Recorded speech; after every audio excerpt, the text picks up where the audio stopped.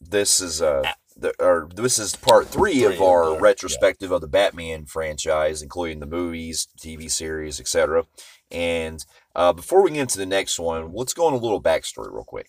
So after when Batman, when The Dark Knight came out, after it basically perpetuated with the fucking, it changed the series of superhero films forever. Yeah. Basically, every superhero film that would come afterwards, even in DC's own films, would kind of take inspiration from this movie, and as far as the dark atmosphere. At this point, it was also, I don't know when the last time we had a superhero film that got Oscars. Yeah. This basically won the Oscar for Best Supporting Actor, and it got nominated, I believe, for Best Score, I think. Well, I think it got nominated for like 4 different more awards. Best Film Editing and something like that. But as far as like directing-wise, no, not really. Yeah, I knew it didn't never get that, even though it should. Yeah. But, man, Best Supporting Actor is a fucking crazy big deal. Yeah. Because superhero films don't get that. But, yeah, like you said... Basically, after Dark Knight came out, that was also, keep in mind, this was the year that Marvel was trying to catch up, because this is the year that we got introduced to Iron Man. Yeah. So this changed history forever, because 2008 was the biggest year for comic book movie comebacks. And basically, after Dark Knight came out, as far as DC Comics, they would later, continue with their line of series of other direct-to-video films that Batman would do, including Batman Red Hood, which came out in 2010, which was actually, from what I heard, I can't judge it, but I heard it was pretty good. I heard it was actually one of the best, easily one of the best animated ones, which I don't know if it's true or not, can't really judge it. I'm just going by what almost everybody, I was in this big forum where like a ton of people did their voting. It's this and Mask of the Phantasm that gets like the top. Yeah. And then, before that, we also had, the year before that, in 2009, we had the Arkham Asylum game that came out, which actually showed... the games, we got to talk about those. The game in 2009 came out of Arkham Asylum, which would basically brought back Kevin Conroy and Mark Hamill into the voices of the Joker and all that. And this entire game is set in Arkham Asylum. And this series... This is what I want a movie to do. Yeah, this whole series, it started out with being Asylum and stuff, where you got the Joker taking over Arkham, you got all your core villains, like Bane and all them.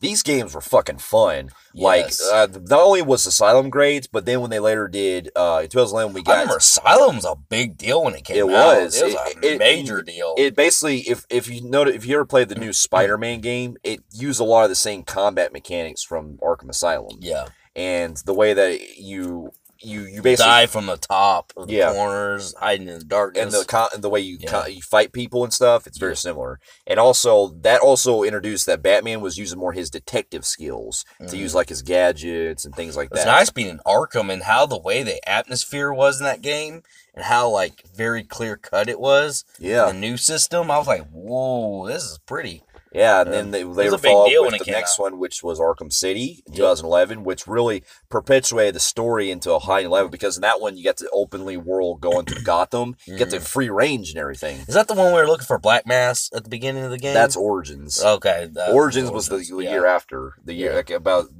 2 years later, they did Arkham Origins, which was the prequel in between that was set before Arkham Asylum. And you had Batman as his second or third year as Batman. Yeah, because he was young.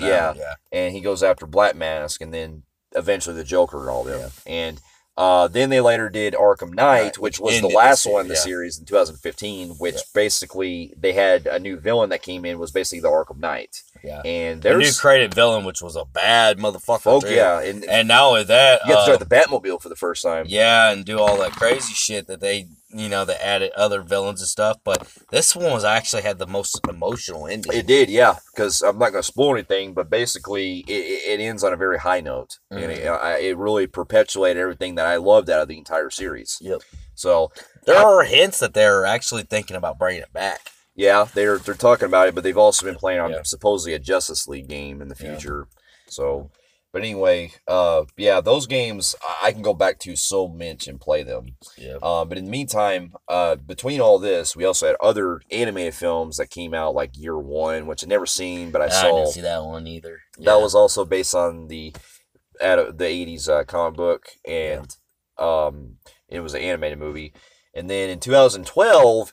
Well, actually, sorry. In 2011, we got a trailer that came out that showed, because actually, okay, between 2008 and 2012, Christopher Nolan said that he actually didn't want to do another Batman movie. He said that because Dark Knight was such a, well, two reasons. One, he said that because of Heath Ledger, he felt like, you know, in the story that he was going with, he really didn't want to feel like he wanted to do another one after that. And he's right about what his other theory was. He thought Dark Knight was probably the most perfect movie. Yeah, it ends on a very triumphant note. He says, I don't think, I really should do another one. Yeah, and basically there were rumors that were going on for a while that possibly if they were to do another one, they originally said that supposedly they were going to get Johnny Depp to play like Riddler. And or possibly get Robin Williams to play Riddler or something. Well, there's also rumors that they wanted Dustin Hoffman to play Penguin. Or no, Phil Seymour Hoffman. Phil Seymour Hoffman, okay. I actually saw a picture, to tell you the truth, I actually saw a poster where people were passing around where it was actually not him either. It was actually fucking Dustin Hoffman. That's why I keep saying weird. Dustin Hoffman. Yeah, because he's short. He's actually a short guy. Well, yeah. He's shorter than me. Yeah, there were also other rumors that supposedly they were going to get maybe like some other villains that were not supernatural, but like could work on a realist level, like maybe Black Mask or some other ones.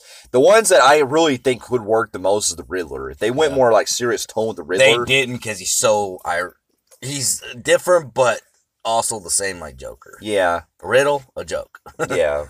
But after a while, they pretty much said that the best probably idea they could use was probably maybe take a villain that maybe was using similar supernatural, but kind of change it to where they were doing it more in a grounded level. Here's the thing Nolan realized. He didn't actually purposely do this. That's why he changed it. The first movie was the deal on Scarecrow psychosis or whatever. Yeah.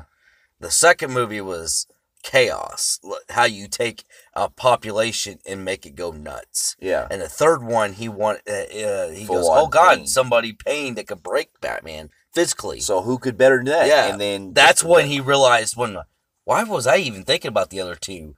Fuck, let's get somebody who can really do that. Let's go with Bane. Because if you know in the comics, Bane, who started out in Nightfall was a comic book that was very popular where Bane was actually the one who actually physically broke Batman. Yeah. He actually was able to show up. Because this was at a point in Batman where he was so tired out from crime, fighting people. There was a point where when he went up to Bane for the first time, he got his ass fucking handed to him. Yeah. And so when I saw the first announced they were going to use Bane, I was like, okay, I'm actually kind of down for that. But how the hell are you going to go from Batman and Robin's Bane and turn that into a realistic level? Yeah, we know the bad fucking effects we had the last time they brought Bane into anything like this. That was a nightmare. Yeah. And other than the animated series... And now that we are already established this was real... I was like, how they could do like the whole green shit? Yeah, and then basically it was then after, and him growing like 10 foot tall. Yeah, I'm like, and basically from the first images I see, I was like, wait a minute, they're not going for the Venom thing this time. They're using more like a mask. Like he's using a mask that basically retains his pain. Yeah, because he got his face ripped off. Yeah, yeah, and it holds his pain at bay, and also kind of helps a little bit on the strength aspects, like steroids would, and.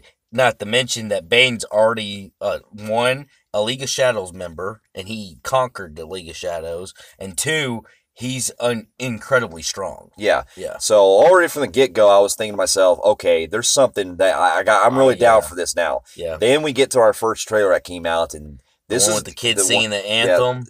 Yeah, it was the teaser trailer where we see. No, the first teaser trailer we got was the one where I believe this came out in the summer of 2011. This was at the time when I was first working at my job, and I got this trailer that we got where it showed Gordon is like in this hospital and he's breathing thing. He's like, we're in this together, brother, because something's coming. It's like, it's the most evil. Yeah. And then Bruce is talking to him saying, what if it doesn't exist? He's like, the most evil. And then it shows the title. It says The Dark Knight Rises. I was like... Yeah, the music. He goes, da, da, da, da, da, da, da. Yeah. My personal was the one... I actually saw that second because I didn't catch the teaser that quick. and I saw the one where the anthem, yeah, where the boys say it was the football stadium. Yeah. So and you see Bane like, walk up the stairs. I'm like, oh shit! That was probably my favorite trailer. Well, the thing is I was like, Joker, the one blew me away. I was like, there's no way they can top this. There's no way. And then but then again, that side of me is like, I want to see another Batman film. These Nolan films are fucking amazing. I know Joker should be the final one, but come on, Eddie, there's something. Yeah. It's leading to another movie. I'm like, I want to see another one. And then that came out, and I seen Boom. Oh shit! Okay. Yeah. What are we doing here? I was like, and him I trust because so far he's impressed me 2 films. Yes. And all that stuff. And then like when the trailer kept going on, then it was like, deep in, I was really into it. And I was like, this is probably like one of my favorite trailers I've seen in a long time because the trailer itself sells it. Well, yeah. And then what really got me was like they said the legend ends. I'm like, oh man, it's the last one? It's a trilogy. Oh, yeah. Fuck. I'm like, I want more. Yeah. I want more. So it already got me hyped. And when I saw this, believe it or not, this was actually the first film that I got to see at the IMAX theater. Because all the other two, the last movie, Dark Knight, really pushed. Nolan liked to try to experiment using IMAX cameras to show like a big epic scope. So I was like, you know what? Why don't I take a trip to Tulsa and end up going to watch this at the IMAX? So me and my mom and dad, we ended up going to Tulsa, watched at the IMAX, and the experience of this man was fucking out of this world. This is actually my final film I saw in Ohio. Oh, yeah? Yeah, it was the last, because I would later move in a couple months back to Arkansas. We end up going there to watch it, man, and man, this theater is like so fucking huge. Like the way it fills the screen up and stuff, it's outstanding. But anyway, this movie, I'm going to tell you right now, even watching it recently, I can say that I'm going to be rare at this. I have this actually tied as my, like with Dark Knight, as my favorite Batman movies. Mm-hmm. Me, because I'm not much of a tie person, it's a weird setting. I like them in chronicle order as the tougher the staircase. I love that they do that. Yeah. And I love that they do that. But I find it criminally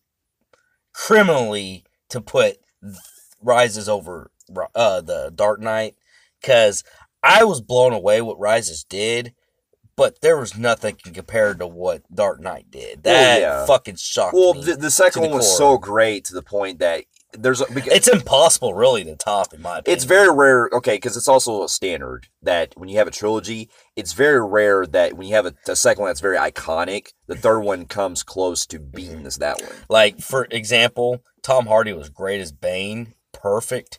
He was not as good as Heath Ledger was as Joker. No, but it was on a different level, too. But I love how this one did better in showing the most destruction. Yes. I will say that.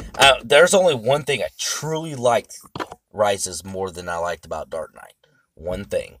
Dark Knight Rises, to me, had a better score. And it had a lot to do with Bane's theme. Yes. Playing a lot better. Hans Zimmer's score, is I feel like he out tops. of this world. Yeah, Out of This World was better than Dark Knights. And looking back on it, I can see that a lot of people, they see this one stick out from they say this one's their least, this one they hate out of the other two. Yeah. Because I even know people that prefer even Begins over this one, which I understand. Well, the thing is, I even know how I see people like 1 better than 2, 2 better than 1, 1 better than 2, 2 better than 1.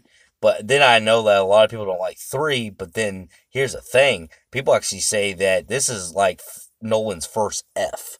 And I think that's a little too much bullshit right there. Because even though it may have its people problems, are not only saying it's that bad, but they're saying it's the worst movie ever made. Now, keep it wrong, people. I know a lot of the problems that people have brought up with this film, and we will get into that later on. I do have some. I will say, despite the flaws that I've noticed with the movie, that doesn't hold me back because I still got so, I loved the story so much and everything that was surrounding it.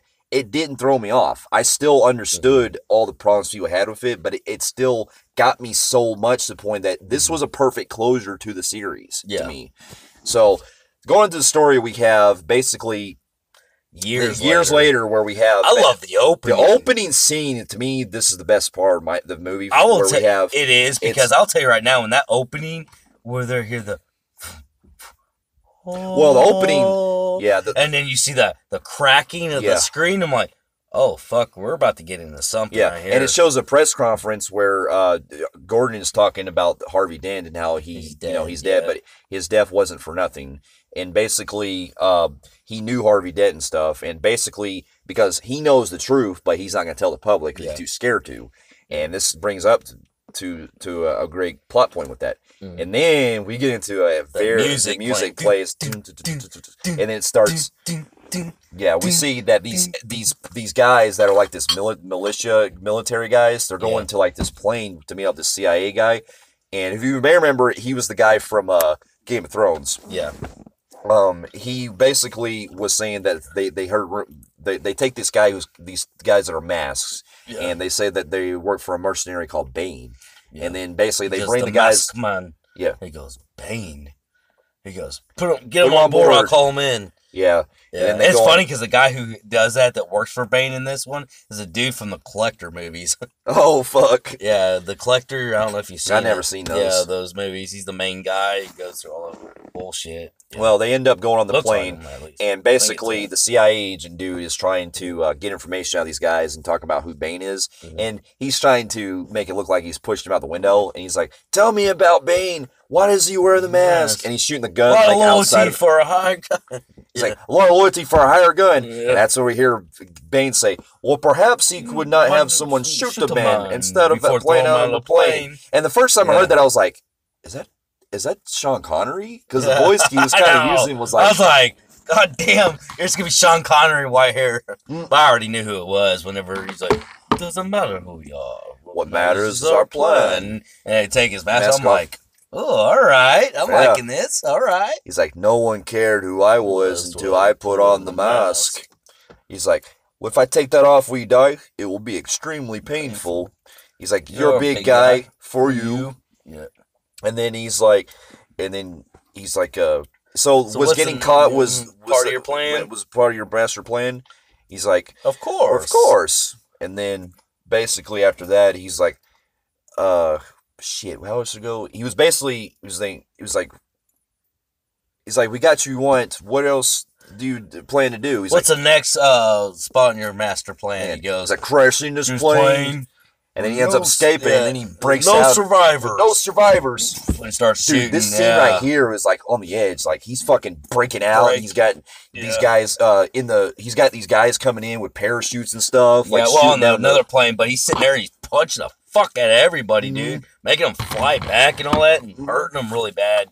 And this scene, this is probably, I will say, as much as 1 and 2 has some scenes, this one had a lot of killing in it. Oh yeah, definitely. It had the highest body count, where you got him like punching the shit out of these dudes, and you got shooting them and all. And the whole plan is to basically get because the guy ended up dying. The guy they want is a Russian nuclear physicist, and he's the only guy who can make there's this reactor, and because he knows he's the only one that knows how to react it and stuff. And they want him to turn it on, and he's the only guy in the world that can do it. He's like, so they get him, but then they had this other dude that they're fucking pumping blood on. Well, it's to show that he died in the plane. It was to basically do a cover up. Basically, it was to put the blood in there from the doctor to show that basically the doctor died, but it was a cover up. Cover up to say that they have him. They have him. And then that one dude's like, he goes, no. Expect one of us in the wreckage, brother. He's like, this is part of the... Did we start the fire? Did we start the fire? Yes. The fire rises. And dude, man, like... A dude screaming. Yeah. He's like, calm down, doctor. Now is not the time to fear. That comes later. And then he ends up blowing the plane out, and then it ends up going down, and then he's hanging on. Yeah. Dude, that's shot right there. Like Dark Knight, where that scene where they get picked up, the Asian dude and him get picked up, Batman. Yeah. It's that they're flying just exactly like that. Yeah, and then we see that they end up leaving in the plane and stuff, and then basically after that it deals with the rest of the story deals where Bruce Wayne at this point has retired, and you see Bruce Wayne after because what it is, it's like he's having kind of like this get together party, but he's not involved. Yeah, he's hiding in his office. He's hiding out because after about 8 years after Dark Knight. It is said 8 years after Joker's incident. Mm-hmm. Yeah, after Harvey Dent's death, and they created Harvey Dent Day, which was basically a day to stop crime. Crime has been pretty much gone from the streets of Gotham since Gordon pretty much cleaned up the streets and stuff. Yeah. And basically, in honor of Harvey Dent Day, they throw this party together at Bruce Wayne. Bruce Wayne's and Bruce Wayne's pretty much like retired at this point. He's retired. He's great from the public and so he's even retired from Batman. Yeah, because he knows the cops went after him, so he ended up retiring. Yeah, he retired. Well, not only that, you get the first look of him, and his knees are bad. He's in a cane. Yeah, there's a walk. He's almost crippled. Yeah, because I think with that fall that happened in the last movie, it really took a toll on him for his health for a while. Yeah, and basically, he ends up like seeing that these guests arrive and stuff. Yeah. And all that, and this is where we get Selena Kyle. Selena Kyle, who is played by Anne Hathaway, which I was a little skeptical at first because I was thinking like, I don't know, that seems kind of weird casting. Well, yeah, it's true because you got to think that Anne Hathaway was still at her beginning of her career, where she did like low budget films like Havoc and Brokeback Mountain, which is funny because she was also with Heath Ledger in that movie. But yeah, like she did like 1 or 2 major shit like Brokeback Mountain, and then she went to like shit like Havoc that were like low budgety for quite a while, and then she went to this, and basically from here on out she plays in nothing but big box office roles. And then pretty much she ends up trying to trick Bruce Wayne because she ends up opening the safe and stuff, and she was like, that safe is uncrackable, and pretty much she ends up like stealing his mother's pearls and kicking his cane and stuff like that off, make him fall. And she does have the move and the charisma, like the movement. I'll admit though, I actually, as the movie went along, I fucking loved Anne Hathaway as Catwoman. I thought she did great. Yeah, Selena Kyle. And then basically the rest of the story, the rest of the film goes where Bruce Wayne is trying to find out who she is and stuff like that. Well, at the same time, at this point, because Bruce Wayne has pretty much bankrupt, he's lost money, so he pretty much gets competition.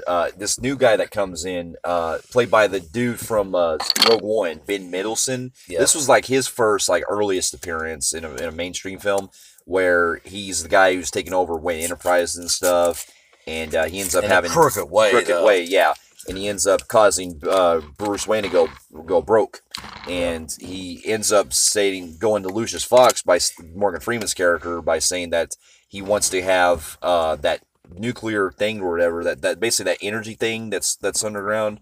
He wants to try to disable it if they can, and for that girl, that Miranda Tate girl. We get this girl named Miranda Tate, and she comes in. She's basically like working for the Wayne Enterprises, and she wants him to support the foundation or whatever. Foundation, and she's liking everything about him, and there's this part where like it has a little bit to do with he's getting fucked out of his money, but at the same time, it probably plays a lot of roles where he goes in hiding after Joker's incident, where it kind of broke Batman. But and you really see like on the physical, emotional, and everything level. He's just gave up. And he pretty much retired. And basically, Alfred is trying to, throughout the movie, Alfred's trying to push him and says like, what if you go out there, what would happen, and stuff like that. He's basically giving advice about how if you won't bury him and stuff like that. Basically, we also get, there's a lot of that's later in the film. There's also a subplot involving where we get this new cop that's investigating John Blake, played by Joseph Gordon-Levitt, who's basically a new cop, a rookie, who's working for Gordon's team of police officers, and he's helping him investigate some stuff going on around the city. And basically, because there's different plots. You have Selena Kyle, who's trying to work with the guy who's screwing over Bruce Wayne, and then that falls short. Then you also have, behind the scenes, you got Bane, who's trying to take over. He's working underground. He's underground, the sewers of Gotham, and basically some shit happens to where they're fighting these guys. Doing some shit. Well, Selena Kyle is basically trying to get this deal going on with that dude. Oh yeah, one dude. And then basically, because she stole some stuff, and then like he backstabs her and stuff, and then she tricks him, double stands, and she goes, "Yeah, that's a wanted police, and I've already phoned them and stuff." And the police show up, and she's playing into this. I like yeah. she did that. And then she pretty much escapes from there, and that's when the cops are going after one of the guys, and they end up going to the sewers. Yeah, the sewers. The guy goes in the sewer, and they follow him in there, and then next you know, explosions are happening all over the place, and they're like, "What the fuck?" And then he goes deep in there, and Gordon's like, "No, we gotta get him right now." Yeah, so they go in there, and they discover that looking around the corners and stuff. He looks around the corners, and then he sees shit explode everywhere. He's like, "Oh, fuck him on myself." And then this one guy knocks him out. Yeah. And they carry him to Bane. Yeah, and they want to kill him off, and then that's when we see Bane gets introduced, where he's like, why are you here? And then I was asking you. Yeah, and then he ends up killing that one dude, and then having Gordon pretty much wakes up and then escapes after he goes through the waterfall thing in the sewer. Yeah, because he rolls, but he's already fucking hurt really bad. And the guy starts shooting at him. You're led to believe that they did get like a bullet on him because he's sitting there on oxygen and all that. Like he's been shot. He's got like bandages and stuff. So he did get shot apparently. Yeah. But he goes and flows away. They're like, he escaped. And he goes, find him. Yeah. Shoots him in there. Yeah. And then I was like, damn, Bane ain't fucking playing, dude. Fuck no. Something is about to happen. This is what I thought the movie did so well on. You actually feel like something bad's about to happen. Oh, fuck yeah. I don't know what it is. And basically, after that, we see that John Blake, who discovers, Gordon there, he ends up going to the hospital and stuff. He goes to talk to... while this is happening at first, he's also just trying to ask information from around people that were like, knew who Batman was and stuff, who followed Batman stuff, like going to these like orphanage and stuff like that. And then he's like, "Do you think it's coming back?" And he's like, "I don't know." And then basically he ends up going to visit Bruce Wayne because he knew Gordon and stuff like that. And what throws me off a little bit here is that from the conversation goes, we're led to believe that somehow Robert knew who well, John Blake kind of knows who Bruce Wayne is, like because of they kind of like. Well, he did. And you can actually believe it though. Here's the thing. At first, I didn't I thought it was just a cop out, just throwing it out there. But now I see why. You got a rich, young, in his prime billionaire that's already using a fucking cane. Yeah. And looks like he's in his 70s because of aging, but he isn't aging because his body's weathered. Who do you think he's been doing? Yeah. A billionaire doesn't have to work a day in his life. Yeah. Put two to two together. But also, what throws me off. Knowing that, something has to go the orphanage. The orphanage where John Blake was an orphan, and so was Batman. and so was Bruce Wayne. Bruce Wayne was at the same orphanage. But obviously, John Blake was a lot younger than him. Yeah, because basically he got taken away from his parents and stuff. Yeah, and all that, and he went up going to an orphanage. He goes, and then the money, he brings up, you're a billionaire, you can afford it. What Batman's doing, he goes, it just screams you, and I know you. I know who you are. Yeah. So I'll give you that. You put two and two together, I was like, all right, yeah, that makes sense. Yeah. But anyway, he tries to basically talk him into going to Gordon and talking off that, and then so he does, and he ends up going. First of all, we get this kind of like weird kind of scene where he goes to this doctor talking about his diagnosis, and they basically give him a kind of a cartridge thing to help him with his leg, which I'm kind of wondering, like, did that really seem like it worked? Because it seemed kind of pointless getting that in later on in the film. Yeah. But anyway, he ends up getting that, and then he ends up jumping down that thing where he ends up going to visit Gordon. And that's when we get that scene where he's in the hospital saying, he goes, "The Batman must come back." Yeah. It's something pure evil brewing in the grounds. Yeah. Yeah. And then pretty much after that, we see that, also we forgot to mention, there's another cop that's investigating what we're going through with this.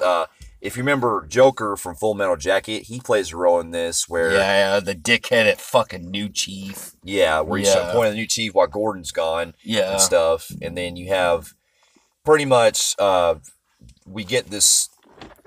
It seems that's all he does now is dickhead roles. Yeah. He was a dickhead in Stranger Things. Yeah, and we get, pretty much we get the scene that it takes place where the cops are going down the road and stuff, and... I forgot how they build this up. No, this build up right here is where they go to the bank. Yeah. The stock exchange. Yeah. This is what actually bankrupts Wayne because they're stealing his money. Yeah, they steal the money. Yeah. Yeah, so this bankrupts. And this is where Bane ends up going in there and taking over. And at this point, you should already know that somebody in the inside of Wayne Enterprises is obviously fucking telling Bane that's where all the money's at, because Bane don't know who Wayne is at this point. He's like, who the fuck is this dude I'm stealing money from? Who cares? I'm gonna steal all the money. Yeah. And stuff. So then that's when they try to trick you and knowing it was, well, you think it's one of the dudes that works for Bane. It's that one motherfucker, like you said, it's been in all these movies lately. Yeah. These new movies as villains. Mendelsohn, that guy. The guy who's like kind of working with Bane. Bane, he is, but then it tricks you so you wouldn't suspect the girl yet. So anyways, they steal money, the stock exchange, and actually they say it didn't work, because I remember he goes, the stock exchange didn't work, my friend. So so they did it somehow though, because they stole all his money though. They did. No, I don't know what the fuck they did. I forgot how to explain it. How to explain it. But anyways, they hit the stock exchange. There's this big, massive chase with Bane and his people. And this is where we get one split second where Batman looks and Bane looks at each other as they pass by each other. Yeah. Yeah. And then basically the rest, it goes down the road and he ends up going to go after him. And that's when we get the scene where it's in the fucking tunnel and we see the lights go off and stuff. And we see he has that kind of electric thing where he shuts down the lighting system. So, and then we get to see Batman in his first glimpse on the bat cycle going through. Dun, dun, Hans Zimmer score. Yeah. And then he goes through it, and then he ends up catching up to where Selena Kyle was located because she's doing her own thing. And she was stealing that guy. That guy caught her or some dumb shit. They knew she was trying to do it. Because they stole it from her and they knew she was going to come back and grab it. Yeah. She was dumb enough to come and grab it, and a fucking dude's like, I got you. And then he was taking her to the rooftop where Bane and his people eventually will show up. These guys get ready to shoot her, but then Batman shows up. And he starts beating the shit out of those other dudes. Yep. And it still shows that, he's still got the moves. He's like, punching and kicking and stuff. They're going to try to kill you. Because Kyle's about trying to, she's all about killing these people, but he's like, no, we don't do that. Yeah. He's no guns, no killing. Guns, no killing. And she goes, how do you work with that? And he goes, and then next thing you know, they start seeing, Bane walking towards him and do that. Yeah. Yeah. And then all the people are walking They're all with shooting him, at him and stuff. And that's when Batman runs with her to the bat plane, which we forgot to mention earlier. Lucius Fox ends up getting him the creation of the bat plane this time. Yep. Which is pretty cool. Now Lucius Fox didn't resign, which was kind of weird. Yeah. So they kind of ignored that plot point from the last one. Yeah. He decided to stick with him. Mm-hmm. Yeah. And so he's using the black plane now to go, which I actually enjoy this. I like this fucking plane that he uses. It's kind of high tech, kind of reminds me of the Tumbler, but like in air form, Yeah. And he's end up driving around. He's like, my mother told me not to get in the cars. Well, what it is, Strange Man. He drops her off. This isn't a car. He drops her off, and then basically he disappears, and he gets back in his thing. He shows up, and Alfred.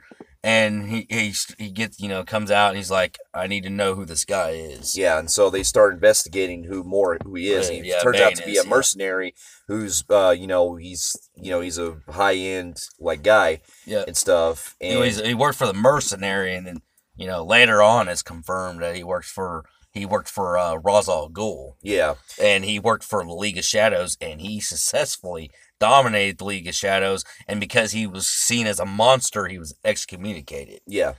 And then pretty much this is the part where basically Alfred ends up telling him the truth about Rachel because because basically he's worried that Bruce is going to risk himself out there. Bruce does some other stuff, and there's you had some other scenes. I'm not going to really go in deep, like Selena's still in his car. Yeah, and all that stuff is a Lamborghini. It's like, your wife took your car. It's like, my wife? Yeah.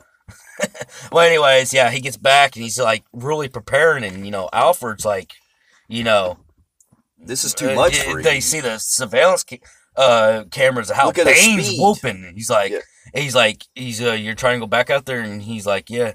And he goes, you might want to consider the news I heard about Bane. Yeah. It goes, and then he starts telling him he's part of League of Shadows and how he dominated the League of Shadows and he was seen as a monster. And he goes, look at his speed, his velocity. Yeah. That is the League of Shadows. Yeah, and he said, I won't bury you. Bury enough members of the Wayne family. which I don't know if that was just in the movie or the trailer. But no, it was in the movie. Okay. Yeah. But anyway, he ends up trying to confront, he's like, Alfred tells him, like, before Rachel died, she had a letter. What if I had a letter? What if I had a letter and I burned it up and didn't tell you? What if that letter said that she was choosing Harvey Dent over you? And then he goes, like he was pissed at him. Yeah, he was like, why would you do that? And then he goes, and he started, I mean, it's a sad, really fucking emotional. I actually think this is probably my favorite, like, scenes. And this kind of reminds me of, like, what Creed 2 does, where Rocky turns his back on Creed. Mm-hmm.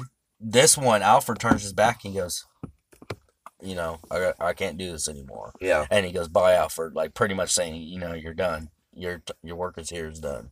Yeah. And it makes it show that he's all alone now.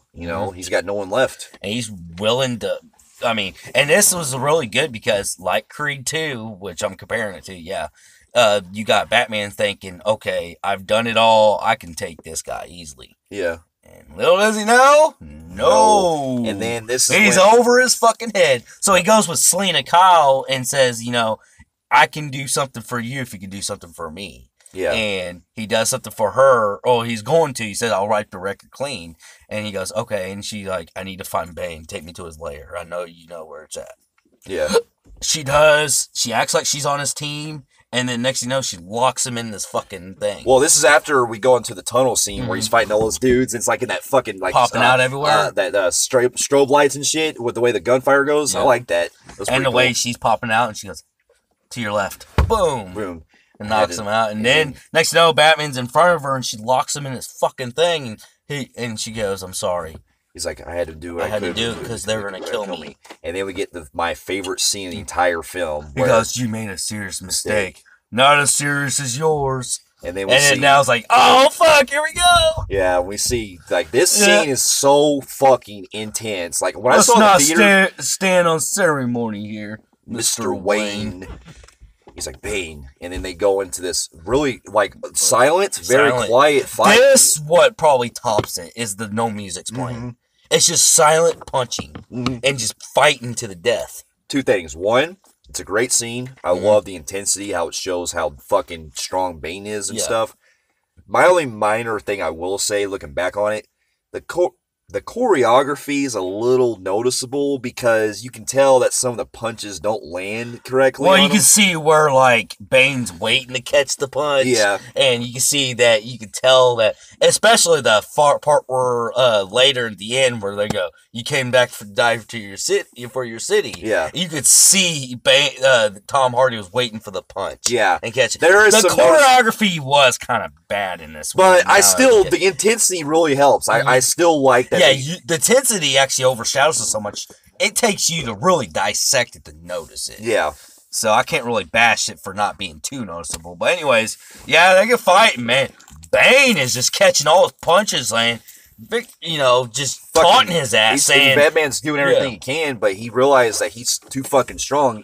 But and plus, he can't really use his like flips or kicks and stuff because his leg. His leg was not only that. Bane already mastered all this when he was with League of Shadows. Yeah. And it's like everything he's fucking trying, and while he's doing it, Bane is taunting him like the shadows betray you're young, said something about costing you your fight strength. like young men. No, I'm way earlier than you are. He said your patience has cost you your strengths. Your victory has defeated you.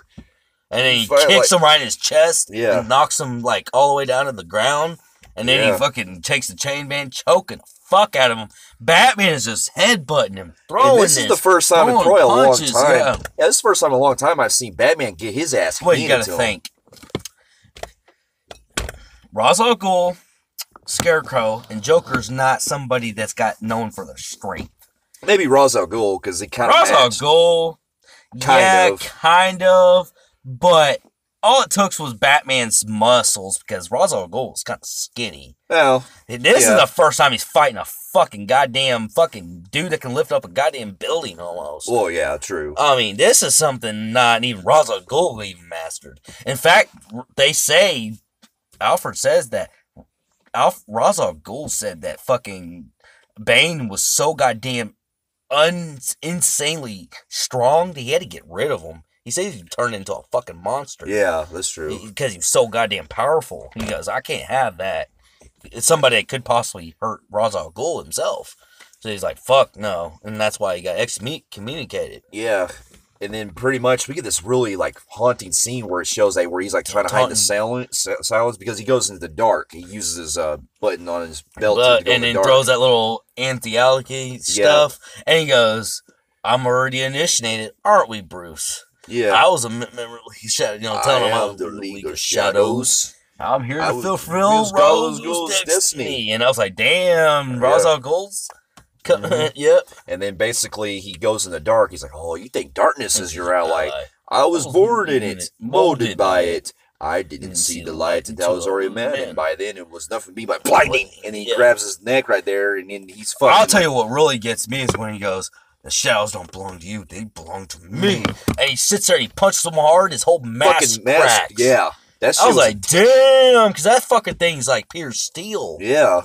That's what I'm saying. I'm like, damn, he crushed it, like, to the brink, dude. And then Batman is just so worn the fuck out. And he's like, he goes, oh, I was wondering what would break first.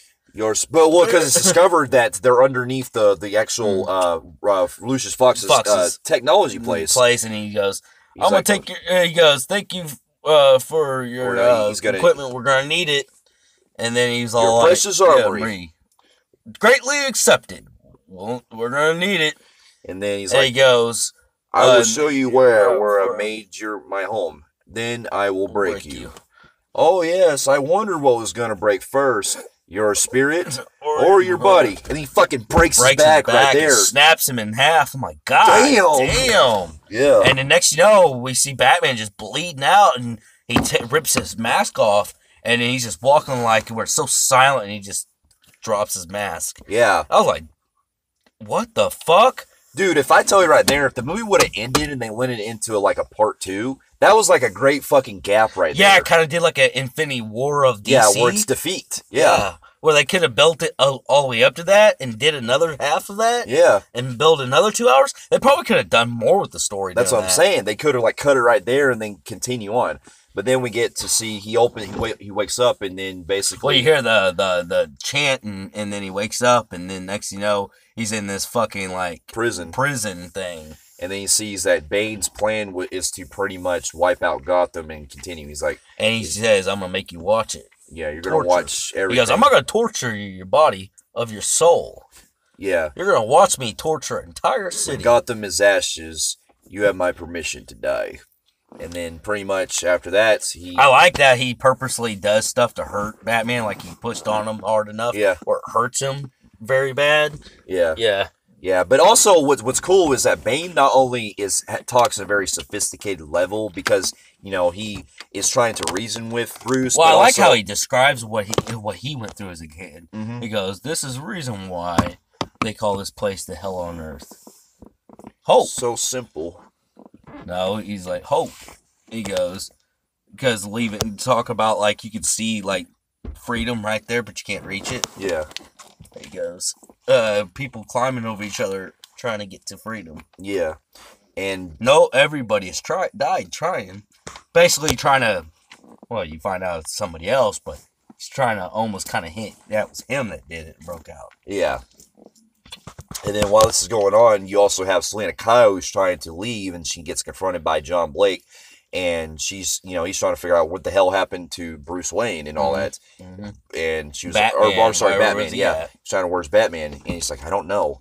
And then the rest of the story deals where basically after that, Bane goes back to Gotham, and this is pretty much where it comes to a point where Bruce Wayne's pretty much trying to. It's two things going on. You have Bruce Wayne trying to escape Gotham and stuff, or I'm sorry, escape the. Well, the first prison. of all, no, there's a part where he's pretty much imprisoned in his own body because his back is. Well, yeah, his back is completely out, and he meets his fellow prisoner. Yeah, he meets his fellow prisoner who's trying to tell him that there was only one person that got away and out of the hole. Well, and then he was like, "I'm going to help you rehabilitate your wounds. Because there's a prison doctor, a guy that's been there for centuries, like almost centuries. You feel like, because the guy's like fucking like already like what 90. There's a doctor in there like that, and he's like basically telling him to train to get stronger. Yeah, and then you have this other. While this happening, you also have this other plot where basically Bane watching Bane terrorize the city. Well, he ends up killing that dude that took over Boyne Industries. He ends up killing him because he was saying, "Do you feel in charge?" Yeah. He's like, "You think money got power over me? Mm-hmm. Your infrastructure was important until now." He's like, "I am necessary evil." He goes, "You're pure evil." "No, I'm necessary evil," and he snaps his neck. Yeah. I was like, damn. Yeah. And then basically he takes over, and the rest of the story deals with this fucking really intense scene where you have John Blake, who's basically got promoted to detective and stuff, and because basically the Bane's men are trying to go after the corruption is still going on in the inside the police department. The point now that Gordon only trusts Blake, and he's telling him to investigate. Yeah, because there are guys that are being sent to kill him while he's still in the hospital. Yeah, and while this is happening, there's also another plot in dealing where the cops are basically stating that they need to go down to the sewers completely and send every fucking cop down there. Yeah, because Gordon told them that's where it all went down. I'm hit and miss because I am kind of wondering why they would send every one of those cops down there instead of just sending a force. They wouldn't, because what it is theoretically, you can't send 100% of everything you have, because example, here at my house, if I was to tell you that I was going to kill everybody in my house, they can't send every police department down here to fight me and defeat me. You know why? Because while I could be doing that, somebody like you could be going to the bank and robbing the bank. Yeah. And who's going to be there to stop you? Exactly. So that was a little unbelievable at that part. But I can also think, okay, maybe they left a lot of police up there, but after they saw what happened to their fellow buddies, they were scared into submission. Yeah. That is I can why I can understand. Yes. And then pretty much they send all the cops in there. While this is happening, we get this football game that takes place. Well, before that, you have John Blake, Blake going around, and he's noticing there's guys placing bombs everywhere. Yeah, that's what I'm saying. And then he calls, hey, man. And then he starts noticing whenever they said they were putting cops down there, and he goes, the sewers. And he goes, the cops, Bane is putting all the bombs around the sewers. And he goes, it's going to happen. It's going to blow. And he goes, what? And then next you know, that's when the kid starts doing the national anthem. Yeah, where they have this football game that takes place, and basically, which is funny because this actually takes place in a real football field, and it actually was shot in Pittsburgh, Pennsylvania, at the Steelers Stadium in Heinz Field. Yep. And believe it or not, all those football players are actually Steelers players. Wow. They're real football players. Oh wow. Yeah. And then basically there's this football game that takes place, and you have Bane like going on the underground and stuff, and he's looking at the kids doing the anthem, and then Bane's like, that's a lovely, lovely voice. And then pretty much after that, the games begin. Boom. Boom. I will tell you, this blew me away. The field disappears. You have this guy running. All the police getting stuck in the ground. And what's funny is you have the football guy running when the game starts, and he looks around after it blows up, and I'm like, was he running from the explosion, or was he like actually noticing, like, what the fuck? He didn't know. He was, the crowd was so screaming so loud, he thought he was celebrating. And then next, he looked back and noticed the ground's gone. Yeah. Field's gone. He's like, what the fuck? Yeah, but then... And then that dude that's been in the other films dies, the mayor dude. Yeah, the one dude that we got to mention, this mayor that's, going to Gotham, he ends up getting blown up inside the area with the stadium. Yeah. Oh, which, there was something we did leave out in the beginning. Whenever they have like a ball, they do mention the mayor and all them said it's peacetime. They're going to fire Gordon. Which that never actually gets resolved. Yeah. But I guess because of all the shit that goes down. Going down. But anyway, it was weird that they brought it up. Yeah, and so basically they die, and then pretty much Bane comes in, and this is probably one of my most epic scenes where he's doing the speech about Gotham, take control of your city. And then he's talking, and he brings a nuclear reactor guy from the beginning of the film. Yeah. And he makes him already hook on the... Wait, we didn't talk about it. We don't have to go scene for scene, but he did turn on the nuke. Yeah. Before the scene, there was a small scene where he did that. Yeah, that's right. And then because there's a part where Bane actually, whenever the guys Lucius Fox is talking to the Miranda, he's walking, and next you know, Bane's sitting in the office. Yeah, that's right. Bane of Wayne Enterprises, and that's just like he goes, "Take me to your reactor," and then they turned it on. Then he brings the guy. Now we're back currently with the part where in the stadium, and this is where he like turns it on. He goes, "Who's the only one who knows how to turn this on? Only you." Yeah. There he goes, "Thank you, doctor," and snaps his neck, knowing that nobody can turn this motherfucker off. Damn, yeah. That shit was fucking intimidating as hell. There he goes. Now he's telling him to take control of the city. He goes, "Be with your family." Yeah, go home, and pretty much after that we get basically he shows up in the prison thing. Yeah. After that, he ends up ends up becoming wintertime. So months have actually passed to the point where Bruce Wayne's been in prison for so long, trying to get his health back. 6 months later. Yeah, where it's actually the first time since Batman Returns where it starts to become wintertime. Yeah, kind of like Christmas type of level. Yeah. And basically, you have Bane who ends up going to break out Blackgate Prison, where he ends up. Oh, when they blew up the stadium, they blew up all the bridges. Yeah. Oh, that's right. Gotham is in an island. Yeah, but it's a big city. So it got cut off. So when the bombs went off, everything that was on an island, all the bridges got blown off. So no one from the outside can come. Yeah, and then they do have a scene where the military in the Pentagon, the president sends the military, but then they meet up with Bane's henchman guy, and he basically tells them, "You make one sudden move, we nuke the entire city. Gotham blows. Well, it's not only that, the nuke is so big it's gonna take over the country." Mm-hmm. He goes, "You back off." Mm-hmm. Yeah, and they had to. The military had Which I actually like that because it shows that Gotham is like they're dealing with stuff on the outside. They're actually dealing with the president and stuff. Yeah. Which was the first time. Yeah, which first time I ever seen in any Batman movie. Yeah. And then pretty much it's months later where we see that since the cops are still underground from the explosions that take place because they're blocked off, they're having to, give them food and stuff to survive. Yeah. And then Blake and Gordon he goes to the prison. And then he goes on national news. Yeah. And basically says, he finds the note where it shows Commissioner Gordon was planning on breaking the news saying Batman did not do what he did not kill. We lost to Joker. Yeah. Bane ends up reading that to the public. And it shows how fucking corrupt the government was. Yeah. And then knowing that the commissioner lied, the government's corrupt, your White Knight was evil in the end. Yeah. Joker won. Yeah. And people lost hope after that. Yeah. He goes, "Now you accept this man's resignation?"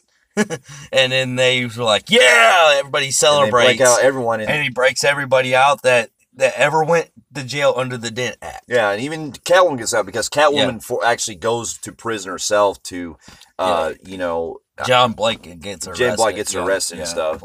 So she goes to prison, and then I like that part where she's going first to the prison, and she breaks that dude's hand. He's like, "Oh, hey, honey," and then she's like, he goes, "Yeah," he's like, "Come here, baby. Let me give you some." And then she fucking breaks his fingers. Goes, "Oh, hey," and she does a nice flip. Yeah, that shit was fucking hilarious. He's like, "Ah, you bitch." Yeah, and then basically after that, we see that Bruce Wayne's still trying to get. Dude, he's suffering because he's screaming in this pain. To me, I'm aware of this. This is to me probably my favorite performance that Bale does as far as Bruce Wayne. Yeah, he really carries the fucking motions with Wayne in this. Well, there's a part where he's watching, he's getting so fucking pissed, but he's so much pain because that guy that's trying to train him to move around, he's screaming in so much goddamn pain. He's like, fucking screaming and crying and shit. This is they really carry this pain that he's going through. Yeah, and basically he tries everything he can to try to, get his back working and stuff for the last few months. Yeah. And then he's trying to go up to that fucking hole that he's trying to climb up, and he always fails every single time. Mm-hmm. And then they got his back fixed, and and then he pulls it for one last time. He ends up escaping. Yep. And then pretty much after that... While this is going on, Bane has pretty much took the city and destroyed it. Yeah. People are killed, we get also this underground resistance. There's a part that's actually not really noticeable in this film, but whenever he's doing that speech where he's telling people to cast out the rich, throw them on the streets, and you hear gunshots, and then you hear families screaming as they're being shot to death. Yeah. And then you see, kids and families being thrown out on the streets. Mm-hmm. Yeah. Yeah, Bane really fucks up. He destroys everything with Gotham. We had one guy trying to scare him by using medicine. Yeah. Shooting him up with poison. Yeah. It didn't get the whole city, got that one porous part of Gotham. That's what their target was. Second one was a legitimate chaos. And some people were just more chaosed. City was still good.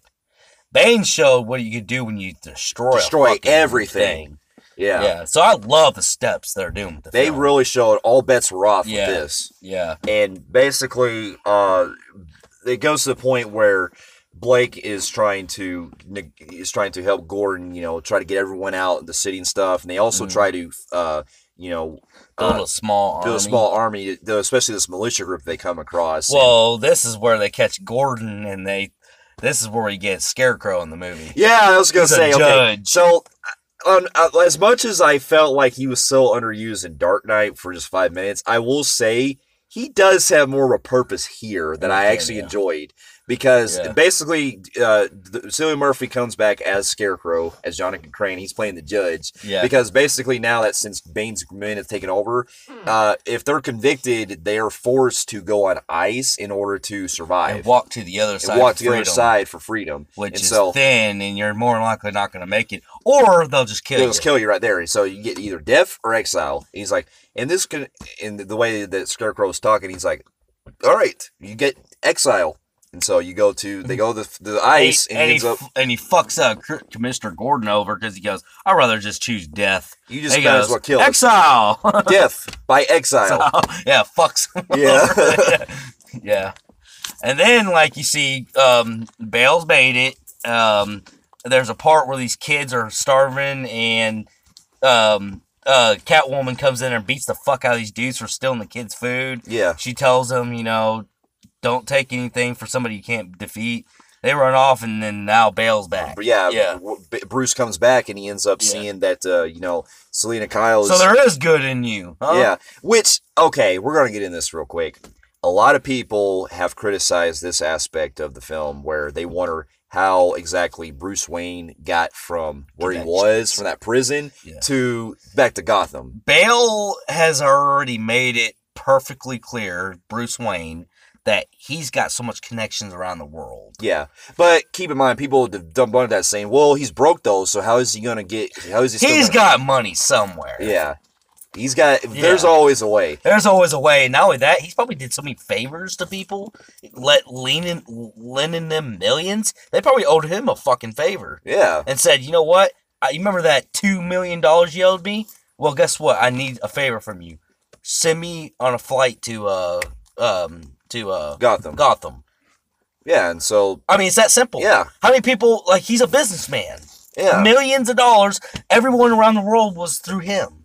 So, somebody owed him. Yeah, that's what I'm saying. So I firmly believe that because do we need to show you a 10-minute scene of that? No, we don't. No, Dark Knight was established. He has connections overseas. So there's clearly ways he can get around. Yeah. So I believe it. Yeah. But anyway, he ends up coming back, and then we get that cool scene where basically after he ends up coming across Morgan Freeman and the girl to try to get that. And they realize he's alive and stuff.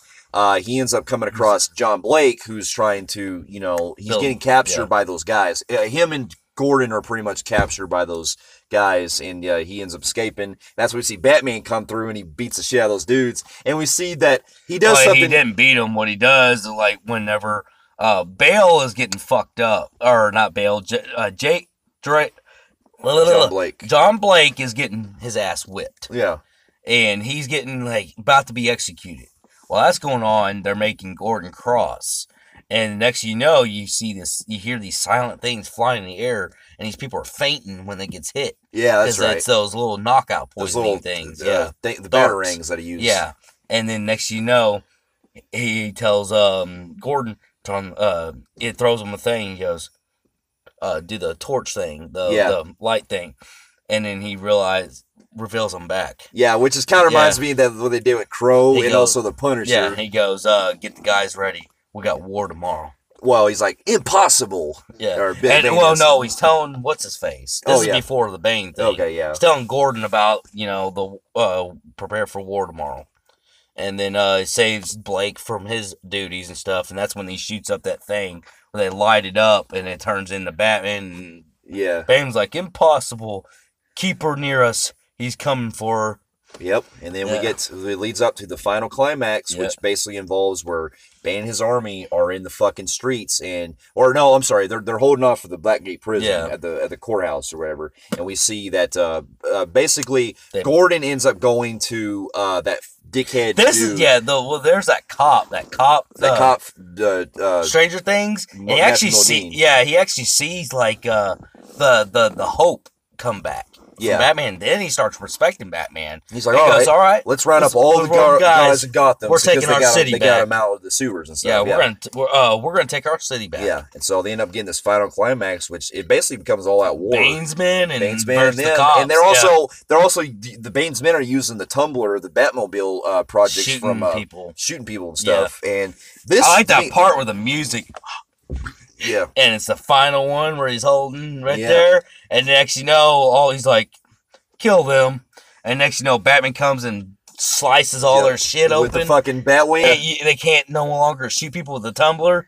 Yeah. And then next you know, he's like getting pissed off and all the people start running at each other. Yeah. Fighting stuff. Yeah. And shit goes downhill and the fucking great epic. Yeah. Conclusion. We got Batman coming in, and then he's like fighting some of the go guys, and then he's like, Bane turns around. He's like, so you came back to die for your city? Die with your city? He's like, no, I came back to beat you. And then he basically starts going at the round 2, and they start fighting each other. And man, Bane goes there like where he's like fucking breaking walls and shit. Oh, he gets pissed because what it is like he's fucking. Now Batman's catching all his punches. What's weird, this is the first time we see Batman in the daytime, like in a long time. Well, you have him Bane throwing punches, and Batman's catching them all. He's like getting fucking pissed. Because he's finding weakness, because he sees the mask. Yeah, and next you know, Bane gives him a nice right hook and breaks his mask, and it's smoking where he can't handle the pain and stuff. Yeah. And Batman beating the fuck out of Bane, and Bane tries to put it together, and you can tell Bale's not letting him, so fucking Bane is fucking pissed, starts punching the goddamn walls, like fucking trying his best, but man, he gets his ass whipped. Yes. Batman kicks the fuck out of his ass. Yeah, and then because he's trying to get information out of the bomb too, so he pushes him down there. He's like, "Where is the trigger? Where's the?" I know you wouldn't give it to an ordinary man. Yeah. Where's the trigger? Yeah, and then he tries to get it out of him. He's like, and then he's like crying, pretty much in pain. He's like, "Where's the trigger?" Then you have my permission to die. Yeah, I love the comebacks that he's able to throw out. And then we see that it's like, you're the one that Ra's al Ghul actually escaped from, or you actually escaped from that prison. And he's like, but it wasn't actually Ra's al Ghul. No, he goes, oh no, what?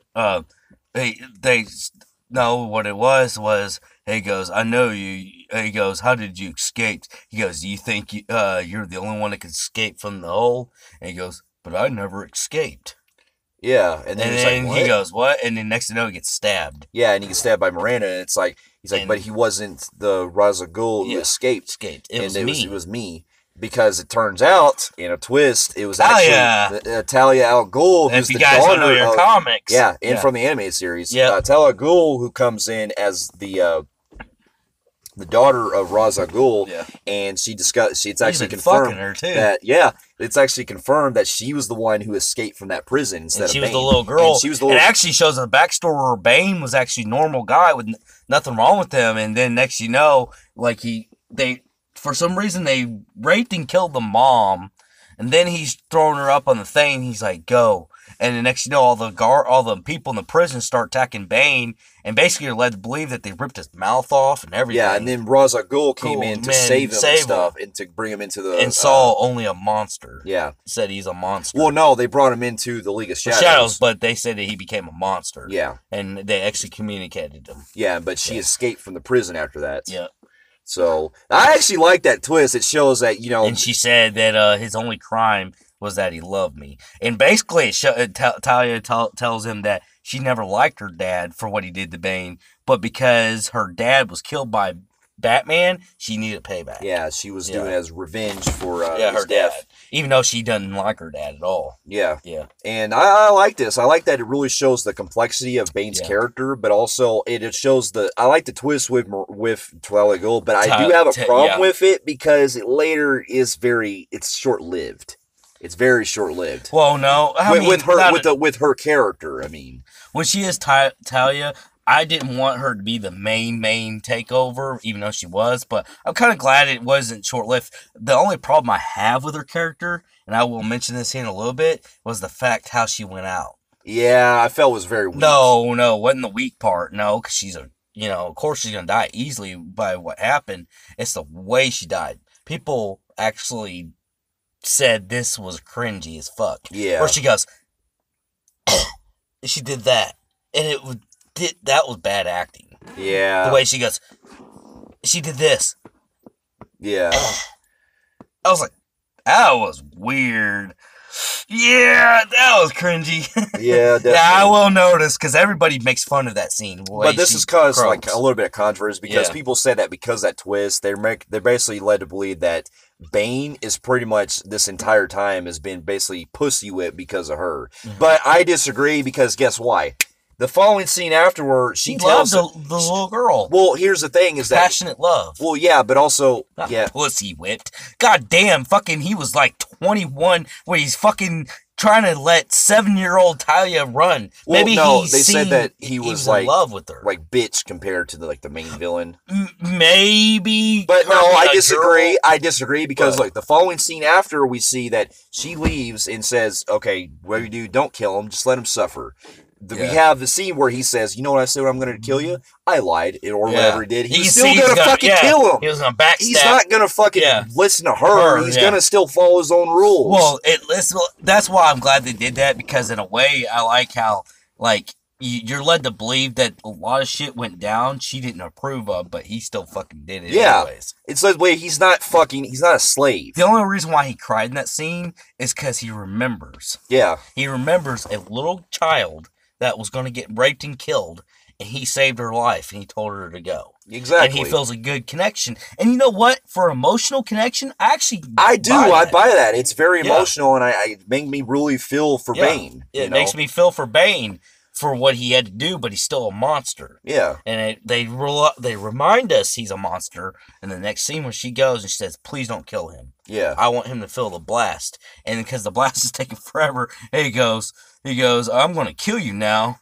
And he goes, "You're just going to imagine the fire." Yeah. And then, I'm sorry, this is a con right here for me. Yeah. I feel like Bane's death was fucking weak. They could have definitely had a rewrite in this scene, because they have. There was no explosion or anything. He got hit with a missile that wasn't even smoking, and it looked like that scene where Jason gets hit with the fucking canisters by Freddy. Yeah. And he just lifted up and I'm like, I'm supposed to believe a strong dude died from that? Well, because these were cannon blasts from the bat cycle. I know, but the way they showed it. But also, here's what I'm kind of questioning, like, because if you know Batman never kills, right? Yeah.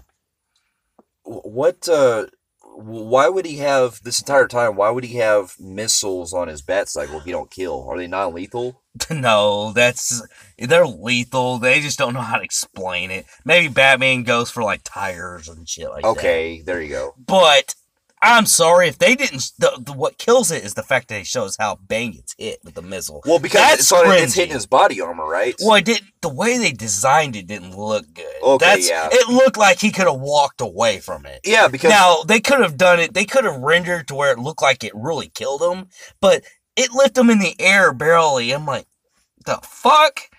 That's how he went out. Yeah, that kind of dropped it for me. And it's Selena and it's Catwoman all of a sudden. It's like, okay, no offense. Women. I know that you wanted not to have Batman kill him. Batman shouldn't have killed him, but that was one where he could have broke his rule. Yeah, I think he should have broke his rule and killed him. Yeah, I think that this would have been a good closure where Batman knows, all right, I'm breaking my rule. But my rule is, if I do this, I can no longer play Batman no more. Yeah. I have to give it to somebody else, because I can believe that. It's not about being old. It's the fact that if he breaks his rule, then, oh shit, I'm going to have to give up my role. Yeah. Because I broke my rule.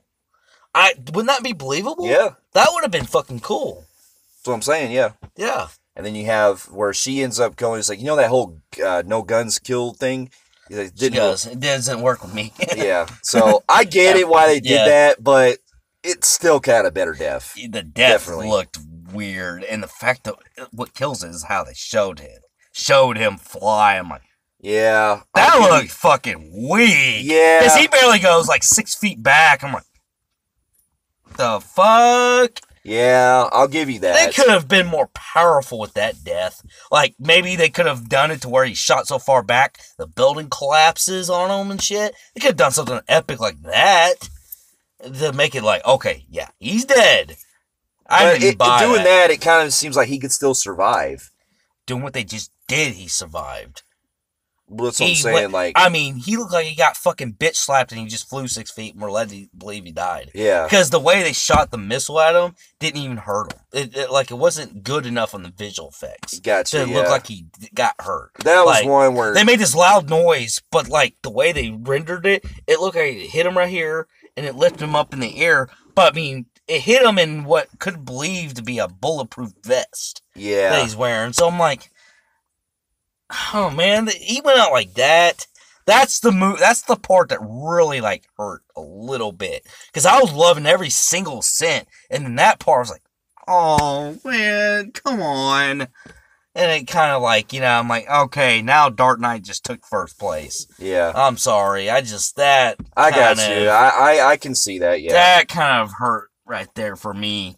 And then he kills Talia, and then he notices that he tells Gordon, he goes, this nuke is going off and there's no way of stopping it. He goes, well, can I know who the guy is that's gonna, die?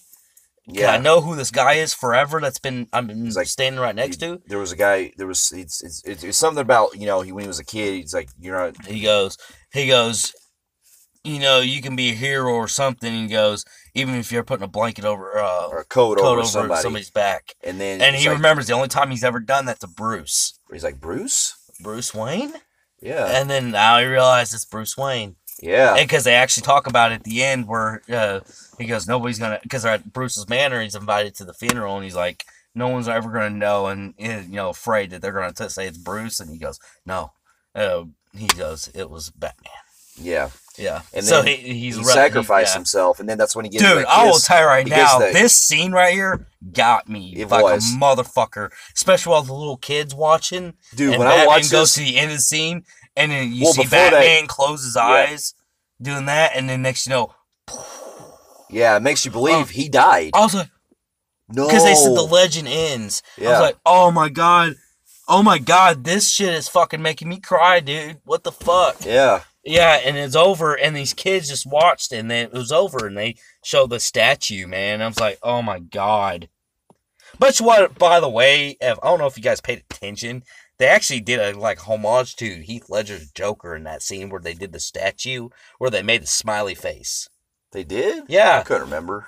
That's actually been, truth. That's actually confirmed. Okay. Yeah, there's a scene where if you notice that Batman is the nose, then they have a chair here, and then all the guys watching as they see the thing, then they go the high point up where they look at the to the ground.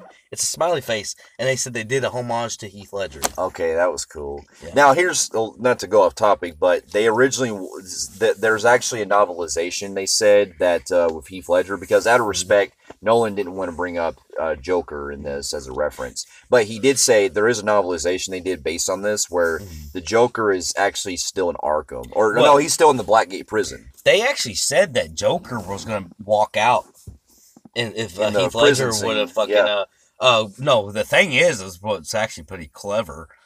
They actually said that there was actually a possibility if Heath Ledger lived, he was guaranteed to be in this film, and because of Blackgate prison, and all that shit goes down, there's actually a thing where they're gonna pay a homage where Joker is walking free, and then the credits were gonna roll. Oh shit! And you're gonna see Joker just walking with his hair in the air, and you just see him walking, fading in the darkness. Damn. Yeah, and it was gonna be him coming back, and then it was because the ending is now that we think he's dead, and then come to find out that Bruce Wayne isn't dead. Yeah, it turns out that And in turn, this John Blake ends up taking over, because Bruce Wayne, because he trusts his closest friend to continue, he gives his legacy to John Blake, and it turns out that when John Blake, takes over, Bruce ends Wayne up is actually alive. Before that, we discover that John Blake's real name is actually Robin. Robin, yeah. Which I'm actually like, I'm kind of iffy. I'm like, I like that. I liked it, but it's more of a homage because he's never Robin. He's never called Robin. He never puts the suit on or anything. But we get the idea that it's going to possibly a Batman Beyond kind of thing, where he goes to the Batcave, and we see that he gets access to the Batcave, and he sees the thing coming down, and it shows like him going into the Bat. I like that Alfred Pennyworth got all the money, got money. But I loved how they gave half of their money, the business to business and all the assets to help raise the orphanage. That was fucking good. That was too. But also, here's the thing too that I enjoyed as well, was that because Morgan Freeman's character discovers that the autopilot was actually fixed months before, so indicating that that was actually a lie, that he actually could have survived, and they didn't tell him about it. And then we see later that Alfred goes to this thing, because early in the film, know what? Rather it ended like that, the way they did, or if he really did die, that would have been a fucking good closure too if he died. Yeah. Gave up his life. But I still like what they went with, because it shows the legacy he leaves behind. I'll tell you what really got me is where Alfred went to the funeral. Yeah, when he was crying. He's like, I failed you. Yeah. Yeah. And basically it all ends with this kind of similar scene like in the earlier film, because he tells Bruce Wayne that he thinks of him as just with a couple kids, and I'm out there in France or whatever, and I see you happy there. This brings up in the ending where he sees him there with Selena Kyle, which, I mean, I guess you could say because he did meet Selena Kyle, that would actually happen. Because it would, if you're trying to go the assumption that he's seen a ghost, would only be if he's by himself. Yeah, because how would he know who the fuck Selena Kyle is? Because Selena Kyle would not be in that image. Yeah. It would just be him in a distance. Yeah, but he knows who she is, basically. So, no, he survived. The director actually confirmed it. It wasn't going for like an Inception. No. But anyway, it ends where pretty much John Blake gets a hold of the Batcave, and he ends up, which taking we'll over. Never get. Yeah, unless they make fan fiction of it. So they end it with something that could make a trilogy, but won't go. Yeah, but for what it's worth, they ended it perfectly me. They did. So with that, all right. Given with all the Tom Hardy was great as Bane. Bane, he was great. I loved the look of him. I loved Selena Kyle. Anne Hathaway was great. Hathaway was good as Bruce Wayne. Christian Bale, this is to me probably his best. He's basically pulls like a Mark Hamill as far as like performances. Yeah. He gets better in each film. Yeah, he and does. This one, he brings his A game to the Okay, top. I will give you this. His performance-wise was superior in this one compared to the other ones. The Dark Knight. Yeah. And the score to me in this film is a lot better than Dark Knight's. Yeah. Overall wise. I'm sorry, I think it is. I think Rises did it better than Knight. Yeah. That's it right there. I think that what they did in Dark Knight was too phenomenal to even top. Well, of course, and the death ending just really kind of hurt it, in my opinion. Just a tab. But overall, I loved how this movie pushed the stakes to the higher end. To the fire. Everything was so intense. You got a lot of action scenes that were so crafted together on an epic scale. Maybe there's some flaws to some things. But why is this movie given an F by a lot of you? Because there's a lot more things notable in a plot-wise that don't make a lot of sense from a lot of people. But and I didn't even notice it. I guess it was one of those things where it's also common where you have a third film in a film that's really phenomenal. But there's always that thing where the third film isn't always the good. Is always the one that's the worst. As much as I agree with most of the world that Dark Knight is probably the best superhero film ever made in history, I agree. Sometimes we do get fanboys who do like the one I like the most. Unfortunately, they think the next one should be an F. When I still think 2 is the best one ever made. But I give a lot of fucking respects for Yeah, part because 3. to be honest, like, even though I love Batman Begins, Rises to me, it's everything that perpetuated Batman Begins, but also in myself was on level with Dark Knight. Like they were like back to back. Yeah, see, they are back to back. Now, granted, keep in mind, I think that Heath Ledger's performance was more strong. Well, yeah, you can't take that. You can't say Tom Hardy's level Bane that probably anybody could have done. Well, true, but that's no comparison. Yeah, there's no way you can compare. That's like apples and oranges. Yeah. You know?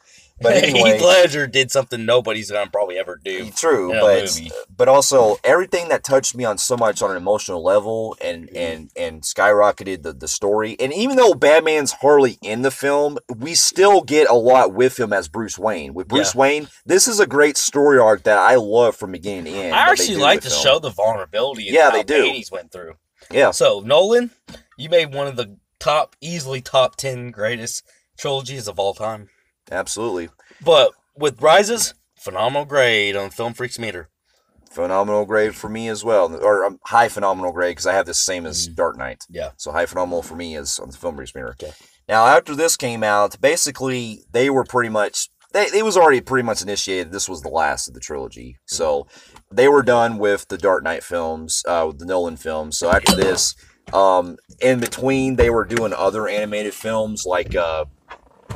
Assault on Arkham, which came out in 2014. Yeah, which you know a little bit about that. That one we watched it together actually. Yeah, I remember. That. While the video after this was a tremendous success, they decided that to not really continue with Batman in the traditional sense, so they were just focusing on other projects now.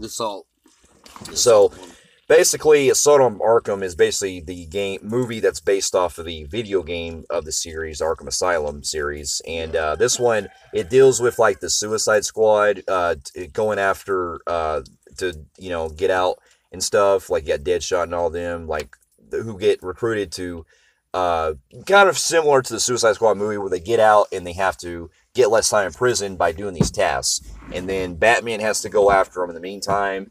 Stuff like that, and it's been a while since I've seen it, but I remember it's been a while since I've seen movie. It was back when you roommated with me. Yeah, but it was it was a solid film. It had its problems here and there, but I still enjoyed it. So with that one, quick review, that one was good, but it's I give that one kind of a low compelling grade on the Film Phreeks. Yeah, low compelling grade too. I remember that. Yeah, and then 2013 was also the year that we got Man of Steel, which was pretty much like bringing back DC was going with a different step because Christopher Nolan still stayed on as producer to do more films for DC, but instead of doing Batman, he was focusing more on Superman. Yeah. So instead, with Man of Steel that comes out, he ends up... That's where he realized Hans Zimmer got on to Man of Steel. Yeah. Yep, and then he ends up doing Man of Steel, which was to reboot the franchise of Superman, but also do a new take of the DC Extended Universe. So Man of Steel came out, that changed the face of history,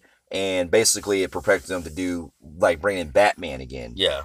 So with the next one they did, which was Batman vs Superman, we won't go into detail of this because you can check our discussion of that on our review we did back in 2016. But that one was quick cap on it. Quick cap on it. That one they finally brought in Batman, and they had Ben Affleck coming in to play the role, and that was another skepticism because of the controversy surrounding that casting. Yeah, and it's funny because with that one on a quick recap.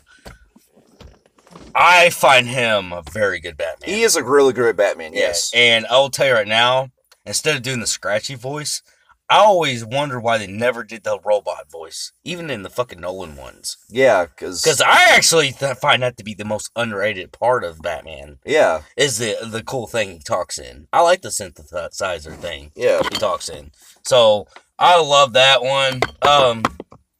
We know that this movie was a controversy. It was. It went through, just a quick recap, it was quite a disaster behind the scenes with all the cuts they did with all that. Jesse Eisenberg should never been chosen for that terrible role. As Lex Luthor. He fucking that story was so like messy theatrical. Yes. The Ultimate Edition helps, but I still feel like DC was at a rough start after they did that. Yeah. So with that, just a quick recap. Our old review you can check on our channel, but we gave our new rating with reviews now. It's the average Joe basically for you.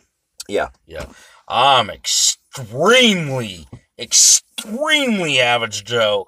Borderline high disaster on that one. Yeah, fair enough. Yeah, because, I mean, Jesse Eisenberg single-handedly almost bombed that movie himself. Yeah, definitely.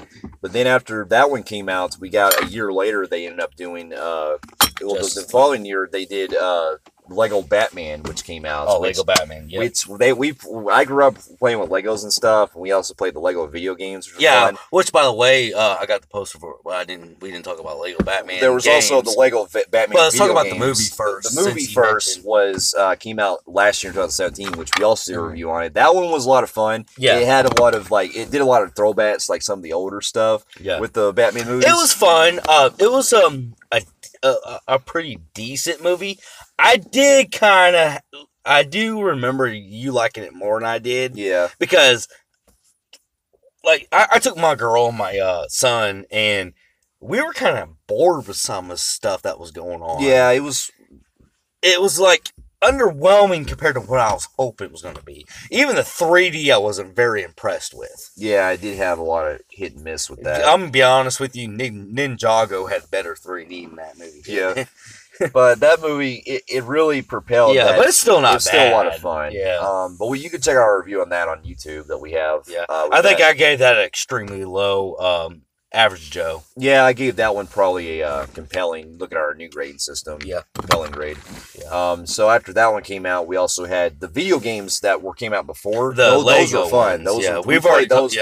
We played those together, and those were pretty fun. The Lego World. Co-op. We had to build where you do all the Batman 1, 2, 3, and then what else was it? Batman's 1, 2, 3. It was Lego Batman. It's its own story. You do Lego Batman, and then Lego Batman 2, DC Heroes, and then 3 is Beyond Gotham. Beyond Gotham, yeah. The second one is the DC Superheroes. Yeah. But all three of them, you have the Batman. Legos. Yeah, they were fun. We played the hell out of them. We got to do a lot of there was a lot of fun moments because they actually used the score from the original Batman, Danny Elfman. Yeah, Danny Elfman. I remember that one. Yeah, we used to play the fuck out of it. Yeah, those were fun. But we also have in 2017 we also got Justice League, which brought Batman back again. Which again we've discussed everything with that film, but that one was decent. It was actually a lot better. It was a step up to Batman vs Superman, but it still lacked a lot of substance because of its storyline. Yeah. But I still liked where they were going with it. And I think personally you liked it a little bit more again with me. And it's funny because I used to stick up for DC all the fucking time because Batman's my favorite superhero. However, I don't think they've been going right with the movies. Yeah, their universe is hit and miss. Like if they can really pull off a great Batman film, a solo Batman film, they'll really go back in the direction they need to be. Justice League, I gave that one at the time it was on our old rating system. I gave that an 8. So looking at it, it's probably a compelling grade. See, I gave that of me. I don't know if I announced my grade. You were at a. I was I was at an average Joe because I still had a lot of problems in that film, but it was a step up from Batman vs Superman, and basically to me, I felt like okay, it's a step up from saying from shit to dirt. I mean, what's the difference? I mean, it still to me was. CGI was a step up, maybe, but not by much. There was a lot of noticeable. It was a lot of story I had a problem with. But it was a lot of unlike Marvel, who knows how to build their characters. I just felt like they just threw a bunch of people in this fucking movie, and just although there were some things that they still touched really great with, especially with Flash. Yeah, Flash, yes, but. I mean, they had a lot of people they had to throw in here because you got to think they've got Wonder Woman, Aquaman, and Cyborg. Whoa. Well, it's mainly Aquaman and Cyborg as well. Wonder Woman had her own movie to give us about. Yeah. Superman was this guy, that we're trying to resurrect. Yeah. And then we had Batman. Everybody else had to build their whole fucking goddamn fucking character up because they haven't had a movie yet. Yeah, the only ones that had at that point were Superman and Wonder Woman. To be honest with you, it wasn't really Flash that had much of a background. It was Cyborg that had a lot of the background. Was it? I thought it was... Cyborg had a lot of background. Because it was about him blowing up. Well, true, yeah. And he had a little bit with Aquaman, but his is exploring this new one coming out. Yeah, but anyways, we forgot to bring up because we're going to order the Gotham. Gotham came out in 2014. This is a TV series, I believe it or not. I actually didn't watch the first. I watched a little bit of it when it first came out, but then I didn't start to really fully watch until it was released on Netflix. This was a show that got me curious because they were doing a fucking prequel, basically an origin story of showing a young Bruce Wayne. Well, and the story of Gotham with they were focused on the point of view of Gordon this time. Now with me, with the Gotham story on this on the TV show, what hurt me the most on this was the fact that I'm not really big on TV shows. Yeah. So I didn't really catch up on it when it was coming out. But I remember them always advertising it and shit. I'm like, yeah, kid, Batman, cool. So I'm like, okay, I'll just get to it whenever I ever do. And be honest with you, it took me quite a few years until I think it was up to season 4. I decided to I started hearing a lot of shit. And I'll tell you who really drew me into wanting to watch all of them now. The guy who plays Joker. Yeah, because basically the show dealt with the early years of Jim Gordon and his Batman partner. when he's like... Well, yeah, Bruce Wayne when he's like, his early teenage years. Yeah. Early pre-adolescent. About 10, 11 when they first meet him. Yeah. Basically, this story deals where they're doing an updated, kind of modern times, but it still kind of looks like that kind of 90s kind of feel to it. Yeah, it does. They got Gotham looking more like the Tim Burton's Gotham look. And a little bit of the animated series. Yeah.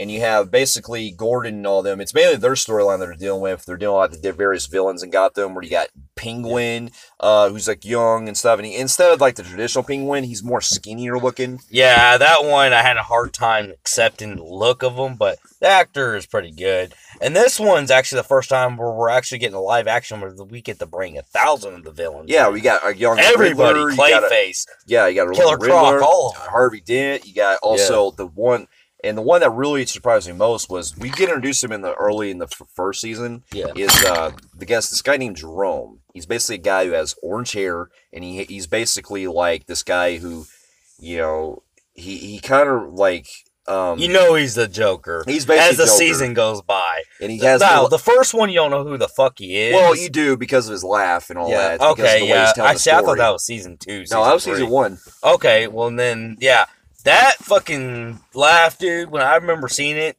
I was like, God damn, that's the Joker right there. And I'll tell you right now, I don't think I ever fucking was so locked onto a Joker since Heath Ledger. Yeah, which comes to me admitting this TV series, I'm eventually gonna watch all of them because so far everybody's performance is A fucking plus. I've seen definitely. So far. And I have went and saw some episodes, mainly the drone ones. I'll tell you right now, this guy is not appreciated enough. To me, I feel like he's the second best Joker. Yeah, he is. There's one. He's underrated. There's a part where I'm not criminally. Yeah, you must go to prison for not recognizing he's on this a guy. Different type of level compared to some of the other Jokers. He really pulls off a lot of the integrity and really really crazy motherfucking Joker. And you know what? You know what really stands out is the fact that he can pull the same laugh Mark Hamill can. Exactly. He's on par with that. And he's a live action actor. Yeah. I'm like, if you can pull that off, dude, you better be the permanent Joker. And also, much like they do with Suicide Squad, they also get introduced to Harley Quinn in this live action format as well. Yeah. Which is finally. And they've also introduced some other villains I didn't think they would pull off in there. They got us with I believe they got Black Mass now. They also have all of them. They're getting them all. Yeah. Yeah. And I'll tell you right now, they actually did the right version of Scarecrow in this one with the needle fingers and the fucking mask. I did hear some people saying they don't like that look of fucking Scarecrow, which I don't get why. Well, that was kind of what the Arkham games were like. Yeah, I actually think that's the best looking Scarecrow. Exactly, yeah. I think they're nailing everybody. Riddler was great. Yeah, the guy who plays Riddler was awesome. The cast was phenomenal. Even the guy who plays Jim Gordon, all them, and the guy who plays even the Alfred in this was different too, because in this version of Alfred, who's training Bruce Wayne to become he's actually taunting Bruce to become a man. Basically, he's actually training him like to actually be stepping up, like, you know, get on your game. You know, he's a very different type of Alfred we haven't seen before. And Alfred's pretty young in this one. Yeah, he's like in his 40s, I think. Yeah, but anyways, yeah, he's a lot younger in this one. And I will tell you right now, what another thing that stands out, and that doesn't get until like the third, fourth season, is how gory this fucking show they get is. away with a lot of shit in Where this. like you have fucking Jerome slicing his shit. Yeah, he was actually slicing his face off. God dang, man. Yeah, they get away with a lot of shit. We're seeing it, how this. he gets the face and all that. And of course, if you follow it, spoiler alert, Jerome, they pull actually what we were talking about earlier, where the Jerome guy actually puts the thing inside his twin brother, and that guy becomes the Joker. Yeah, his mind goes into it. Mm-hmm. And so, yeah, Jerome dies. This show, like I said, I only watched the first season. The so-and-so gets shot in the back and fucking becomes paralyzed. Yeah. Which is another thing from a show, Killing Joke. Yeah. You didn't talk about that one. Yeah. You skipped that one just now. We'll get to it here later. But with that, but in regards to the TV show, yeah, we also had basically I've only seen the first season, but other than like some stuff here and there, I still overall enjoyed the first season. Yeah. So with that one, I give it a compelling. I'm sorry, a high compelling on the Film Phreeks meter. Now it gets better with the later seasons, but I haven't seen those yet. See, I'm not gonna give my full grade on right yet, and I'll eventually talk about them in a later date. But for what I'm seeing now, I feel like this show. I get some complaints where they say, "God damn, they make like 25 to 30 episodes a season. That's a lot." Yeah. And at an hour a show. Yeah, so that's a lot of fucking shows. But also, and this is the final season. Yeah, they're on their final season right now, and I need to really catch up with it. I think it's worth it, man. I think it's going to be a phenomenal show, and it needs to be more watched, man, because I don't see why people gave up on this. Because a lot of people don't even know a lot about it no more. That's what I'm saying. Like they did from season 1. But after this, while this was going on, we also had another film that came out in 2016, which was The Killing Joke. Now, if you remember, in the 80s, they had this adaptation of the book called by Alan Moore. Alan Moore, who did this. He was also the guy who did Watchmen, and also the original comic artist of Watchmen and V for Vendetta. I didn't go with Justin this night when he went and saw this movie. This movie was a big deal because it came out in 2016, the same year as Batman vs. Superman did, and this was actually a one-night event where we got to see it on the big screen for the first time. And this is the film that brought back Kevin Conroy and Mark Hamill to do the voices of Batman and Joker. And this was the film that they pushed the boundaries for because it was an R-rated animated movie. I watched it in the theater, and I'll admit that it wasn't great, but it wasn't a good movie, but I will say that it's definitely not fucking hated like a lot of people said it was. Yeah, like, it has its fucking problems, don't get me wrong, but I do not think of it as a bad fucking movie. Yeah, I see a lot of you people, I can't judge it myself, I didn't go watch it with them, but I see a lot of you people said it was the top 10 worst movie. Yeah, a lot of people say it's probably the absolute worst Batman animated film, but... Well, I get that, but they're also saying of that year, it was even in the top 5 worst movies of the year. I disagree, but basically the story with this deals where you have Batman going after Joker like he usually does, but what's different, because in the graphic novel, the Joker is trying to use Barbara Gordon as leverage to try to, prove a point to Batman and stuff. And what they changed was, in this regard, you have, because the graphic novel starts where you have Batman going to the insane asylum trying to interrogate Joker. Yeah. What they changed was that they actually add a subplot, 30-minute subplot, which involves Barbara Gordon as Batgirl. Yeah. So really, the first 30 minutes of this film is really nothing but Batgirl's movie for about the first half. And it kind of throws you off. And I can admit, that first 30 minutes, it stands out pretty bad. Because other than really a couple action parts, it really doesn't really do much with the story. Like, it really doesn't perpetuate much because it feels awkward, because the scene that really feels the most out of place is the part where Batgirl ends up having sex with Batman. Yeah. And it comes to a point where Batman basically Batgirl is trying to get a relationship with Batman. And Batman, known for his code, he doesn't like to get personal.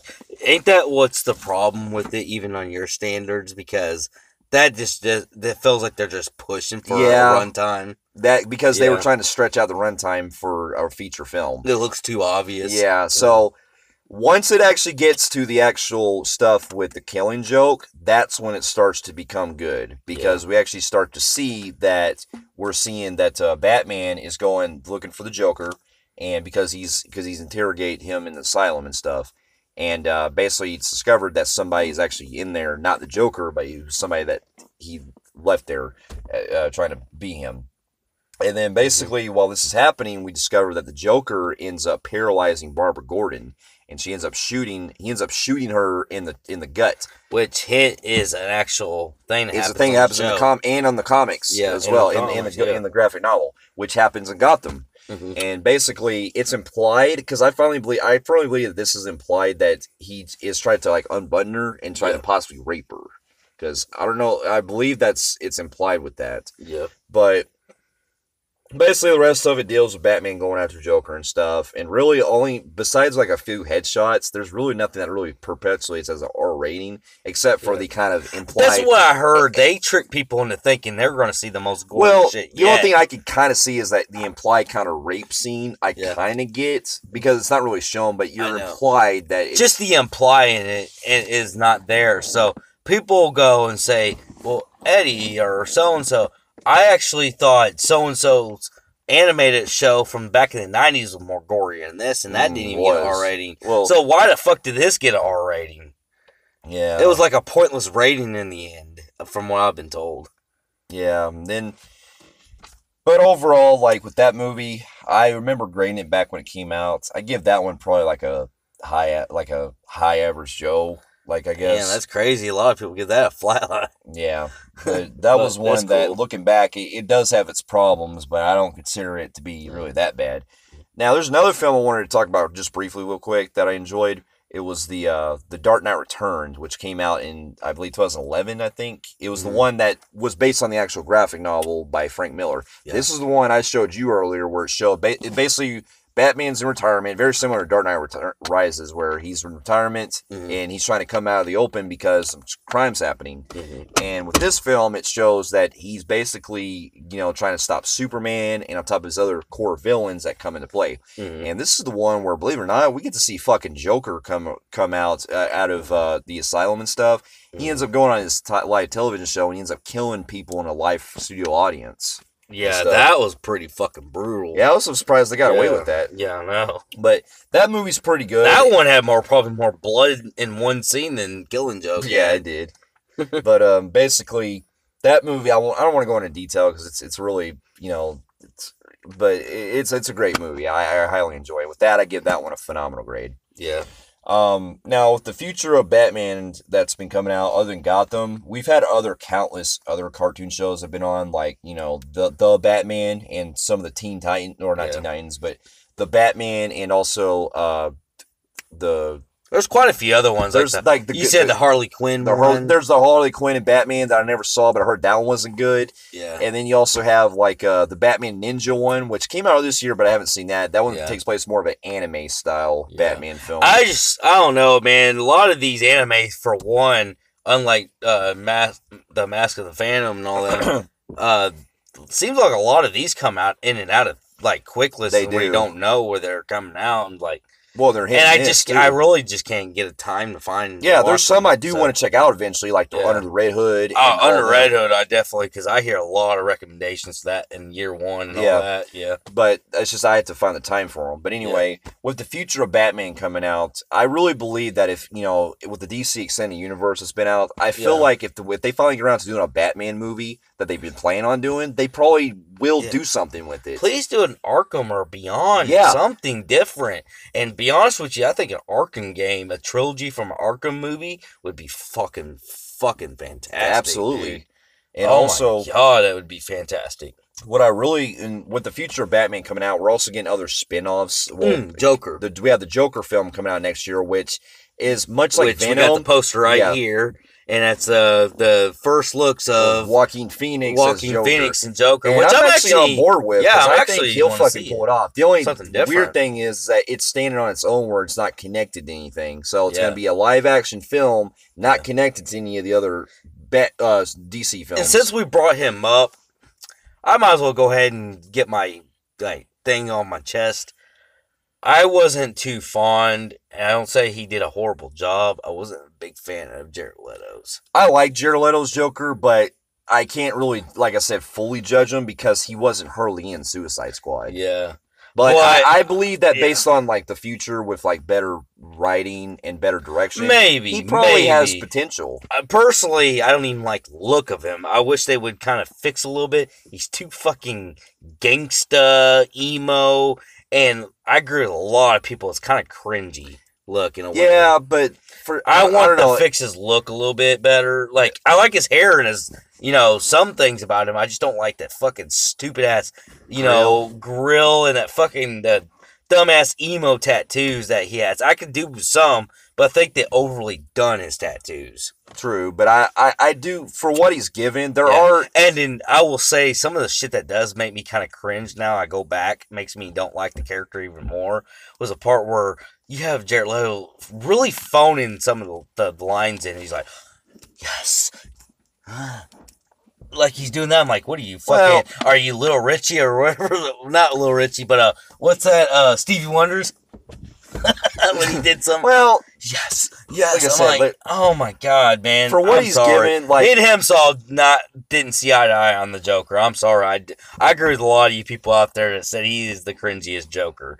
I mean, even if you don't find his performance that bad, he's still the weakest Joker. Well, yeah, I feel like he is the weakest Joker, but I didn't say I hated him. I just felt like... I didn't hate him, but I was a little... I like him, but I feel like he deserves a better film, if that makes sense. He needs his own film to actually shine in. Yeah. But anyway, going in the future, though, with the Joaquin Phoenix Joker that's coming out, I'm actually, kind of curious with that one, because it looks like they're going to like a kind of a stretch, like a hard R type of... Like a gangster type movie, because it was actually going to be produced by Martin Scorsese, but he dropped out. Yeah, and actually, Leonardo DiCaprio was going to play him. That would have been interesting. Yeah, he was meant to play the Joker under Scorsese, and that would have been weird. Yeah, but, I mean, with this one coming out, it's also an origin story where it's set in like the 80s, too. Yeah. So that's going to be interesting. So I'm hoping, that'll be good. Yep. But overall, like with Batman, he's become one of my favorite characters of all time. Yeah, I'll always be open to pretty much anything that he's in. Yes, I'm not like a fanboy of any comic book DC, or if I'm pro Marvel. I will go ahead and get this off my chest. Batman's my favorite superhero. Batman is my favorite DC comic Well, hero. he's my favorite superhero of all time, all of them. But I feel like the MCU is a better universe. Well, yeah. And they've done their movies way fucking better than DC did. At least if you look at like their actual multi-universe. Yeah. Because their older films, at least like their DC's older films, especially the Nolan trilogy, their own movies still stand out as great. Yeah, DC from like the 80s to mid to late 2000s to 2012, DC owned everything. From 2008 until today, MCU owned. Yeah. Because the DCUs, the extended universe, they didn't go. They are not doing a very good job of what they went with, and it's a shame because, like Wonder Woman, and I'm in the good sake of I like Man of Steel. I do too. And then I hear a lot of good things, possibly about Aquaman's coming out. I've heard some early watchers.